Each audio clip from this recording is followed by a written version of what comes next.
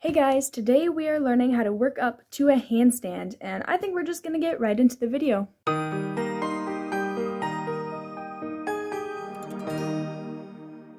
So first, we are going to be looking at some exercises to build up strength for our handstands.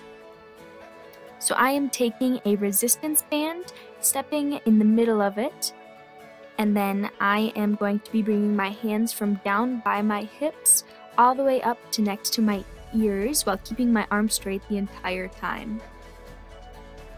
Another thing you can do is you can just hold the top position of this while keeping your arms straight. Another exercise is just doing pulses at the top.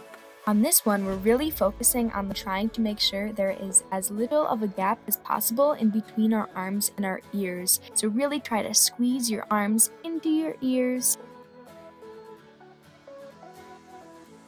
Next, to work on being on our hands, we're going to do a half handstand. So grab a chair, go to a couch. I just grabbed the quickest, easiest chair that was near me.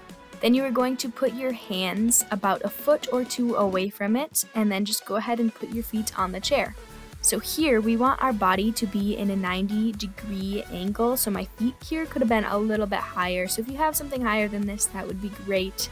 And just like in those resistance band pulses, we want our shoulders to be going up so there's not a big gap in between our arms and our ears. So make sure you push up on your shoulders just like those resistance band exercises.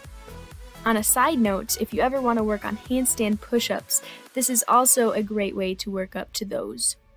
Next, we're going to be working on wall walkers to handstand. So we're going to start with our back up against the wall. We're going to place our hands on the ground about shoulder width apart. If you put your hands closer to the wall, you don't have to scooch in as far with your hands later in the handstand. But if you put your hands further away from the wall, it's going to be easier to get your feet all the way up the wall. So you can play around with this. Place your feet on the wall and start walking up as far as your feet can go. Once you're in the handstand, you're going to want to make sure everything is staying nice and tight here. Your arms are nice and straight, your shoulders are squeezed into your ears just like before, and your legs are tight. And to get out, you can either walk your hands back further out from the wall and step down with your feet, or you can forwards roll out, which we'll look at more again later.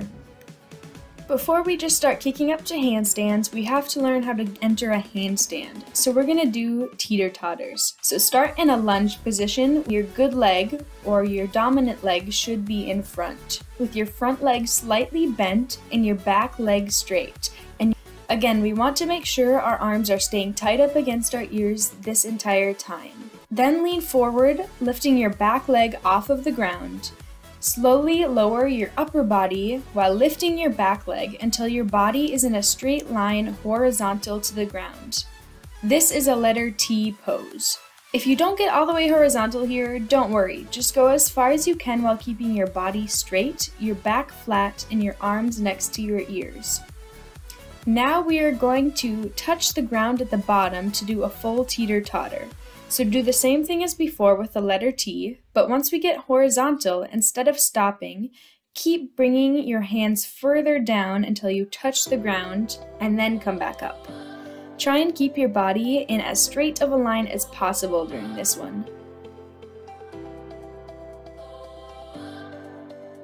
Now we're going to work up to kicking into a handstand. So just like before, we're going to start in the lunge position with your arms up tall. Do the same steps as the teeter-totter, lowering your hands to the floor. We're going to start kicking up, but you don't have to kick all the way up first. It's better to keep everything tight and squeezed than to kick up and have a rough form.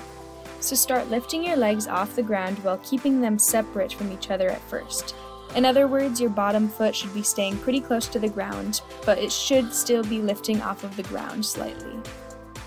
Keep trying to kick up to little heights with your legs staying separate from each other. When comfortable with that step, start trying to kick your bottom leg up to touch your top leg and then come down. Again, it's better to have good form and not get all the way to vertical at first. Eventually, you can then work up to kicking straight up and down.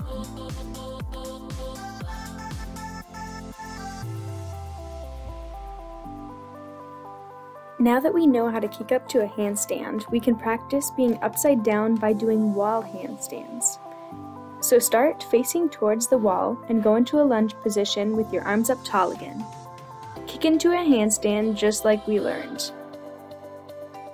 This is a great way to get used to being upside down for longer amounts of time in a handstand position.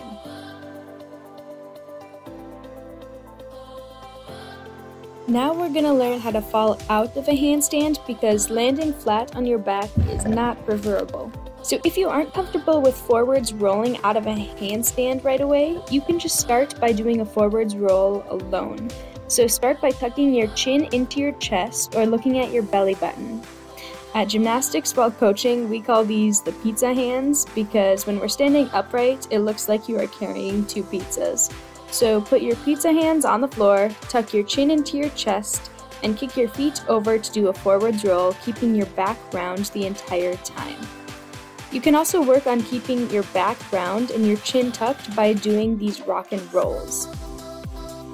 If you aren't comfortable with forwards rolling out of a handstand or you're on a hard surface and not a soft surface, you can also do a bridge or back bend out of a handstand. I attempted this and as you can see, it went really well. Another way of getting out could be twisting or pirouetting out. So you could try either of these choices, especially if you're on a hard surface, but I think rolling out should be the first choice. Thank you guys so much for watching. I hope you were able to learn something new today, and I hope you're able to use what you learned. If you have any suggestions or requests for future videos, like meals or workouts or anything like that, put them in the comments below, and I hope you have a great rest of your day.